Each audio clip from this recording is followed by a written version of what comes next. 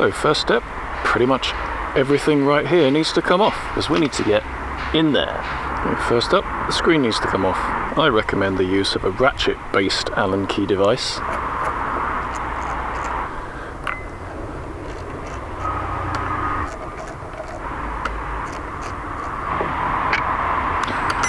Okay, now that's off, throw it aside, and we'll carry on. Next up, fairing panels. Should also mention, be careful not to lose these little rubber grommety things. Well nuts, I think they're called. I think rubber grommety thing is much more catchy. Otherwise your screen will rattle like a washing machine full of spanners.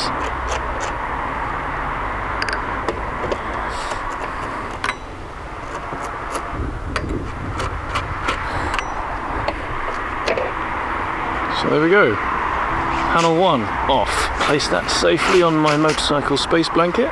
So next up, fairing panel number 2. Love these little ratchets. You can just thumb wheel the screws out. So much quicker than trying to use an actual Allen key.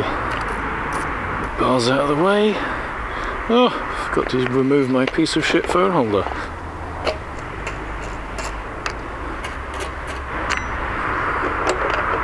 So there we have it, fairing panel number 2 onto the space blanket.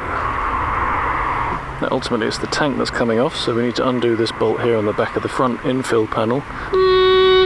Yeah, that's a 10. 10 it is. Calipers need no calibration. There's no real need to take that completely off because you can lift the tank away from it. Same on the other side. Okay, now these side infill panels need to come off, which means the seat will need to come off. Still haven't got used to this seat. The phaser seat was back end in first, lock at the front. This one's the complete opposite. Into the front, lock at the back. Space blanket, and now my pet hate comes into play as we had Allen keys, spanner, and now we need a Phillips screwdriver to undo the back end of this. Great work, guys, great work. So once you've undone the screw at the back there, this is just clipped on with rubber grommets and plastic penises. So you can just pop it off one at a time. So there you go, rubber grommet, plastic penis, onto the space blanket. Pop, pop, pop, onto the space blanket. I do think this would make an awesome naked bike. I like a good hunched tank. So next up, a clamp which holds the front of the seat on, also holds the back of the tank on. So that's got to go. Oh, leaf it out. Now once you've undone these 2 bolts here, and all of this crap's off, the tank should actually just lift up. But obviously there's a lot of nonsense connected up underneath which we need to deal with. And the first of which is this little connection here. So pop that off. So now we need to take this one off. I think the easiest thing to do with that is going to be to pull it out underneath the tank down and use 2 hands on it. Now there's a lot of silly little tabs and things here. There's one there, there's one there, looks like there's one there. But ignore all of those. It's just this one here, look. Lean it back, socket pops out. The fuel pump's power is disconnected. Now I would like to point out that I have given the workshop manual a cursory glance, just so I'm kind of forewarned as to what's going to happen at each of these stages, but I'm by no means any kind of expert, so I'm figuring out as I go along. But what I'm quite sure about is that apparently right now, because there's no power being supplied to the fuel pump, tank won't leak everywhere when I unplug the fuel line. But there is due to be a little bit left in the pipe, so have yourself ready something to soak it up with. This is another one of those points at which it would be quite good to have a friend to hold the tank up while you do this, but of course I have no friends, so I'm going to use my only chum, the rubber mallet. Pop my spill collector under there, 2 little red clippy jobs which you push apart, slide the thingy off the clip like that. I don't know how much of that you can see, and then pull it off. Being very careful not to put any pressure on it because it is made of plastic, so you could break it and that would be disastrous. So there we go, that's off. No fuel at all. So maybe it helps just to stand your bike for a few minutes. So next up, we need to deal with the breather pipes. So there we have it. That up there is the nipple where the breather pipe connects to. So I've disconnected that. I think you should be good to lift the tank off. You need to slide the tank back and then up because there's 2 great big rubber grommets there which the tank slides onto. And there we have it. The fuel tank is off. Now I'm going to put my fuel tank over here in the foliage because it's the obvious choice. You do need to be careful not to put any pressure on this nozzle here That is the one that I said that you could break off, and then I imagine you'd need a new fuel pump, so you just need to prop that back end up. Stay. Now we have a rather sorry looking Versys. There's nothing left. So now we need to get into this bad boy. We need to pop these four off, lift that up. As far as I know, that's the pair valve, or the valve which allows clean air to get into the exhaust so that it can burn off any unburnt fuel, which helps with emissions apparently. Also makes that lovely popping sound on deceleration. Phillips screwdriver. Just noticed I have a screw missing. I wonder how important that is. Oh, the joys of second-hand bike ownership, eh? The things you find that people just left out when they put it back together last time. This bike does have pretty pronounced stutter and a stumble between 2,000 and 3,000 RPM. I'm kind of hoping that this little service is going to take care of that. Prise this puppy off.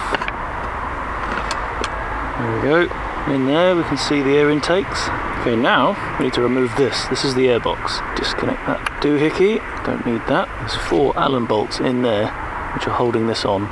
So use a long Allen key, and if they're quite tight, which they are, take your average ring spanner, put it over the end of the short end, and you've increased your leverage. Such a handy trick, that. Break all of them off slightly so they're loose, and then you should be able to just finish it by hand. Now you want to be very, very, very careful not to drop these into those 2 holes there. If you do, there's a very real danger they're going to end up in your engine, and that would be very bad. This is where magnetic tools come in handy. And the easiest way to not drop them into those holes is to just not hold them over the holes. That way if they fall in, they just fall into the airbox and you can fish them out. And obviously you can fish them out anyway, because the butterfly valves are shut, but still, it's worth not trying it out. Now you might need to move these wiring looms out of the way to get in there. I'm just going to use a flathead screwdriver to lever that clip out. There's one. There's t'other. Lever them out of the way. You can just pull that off. Probably will make things a little bit easier. Space blanket. And there we have it. Airbox is off. Mustn't also forget when we put it back together that there is a breather pipe on the bottom there which connects onto the top of the engine. Quite a lot of shit in there. I think I might give that a clean before it goes back together. But for now, space blanket. A collection of bits there. Now that we have the airbox off, we can see the throttle bodies 1 and 2. And these things here are the vacuum balancing ports. That one there, that one there. Use them to balance the throttle bodies, which it would kind of make sense for me to do that right now, but sadly I just don't have the tools for it. So for now, I'm just going to go for the Vac Port MOD, which is basically just connecting a pipe between that, and then the vacuum pulses between the two apparently help to keep the throttle bodies a bit more balanced throughout the rev range and smooth out that lumpy bottom end. So what we need to do is just pop that off, then pop that off, put them somewhere safe, not into your engine, and then we need some hose, pretty solid wool because it's got to deal with a vacuum, about the same diameter as these knobbins you've just taken off. This is actually diesel leak-off pipe, but I think it's more than up to the job. I know for a fact that if it's attached to diesel engines, it can deal with the heat of being right next to my engine. So we just need to loop a piece from one port over to the other port. I think about that size should do it.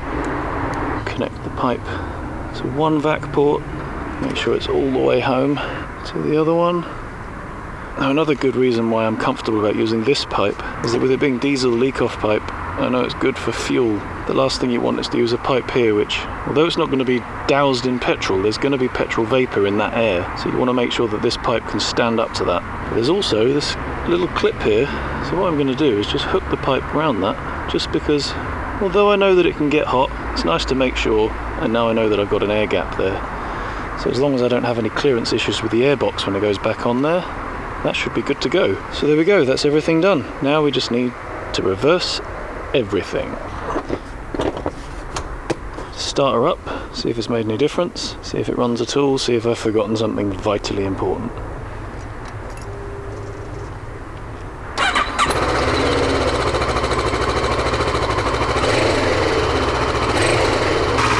Yeah, all looks good to me. Ticking over nicely. It's a bit high, but it's probably because it's cold. So, let's take it out for a ride and see if it's made any difference.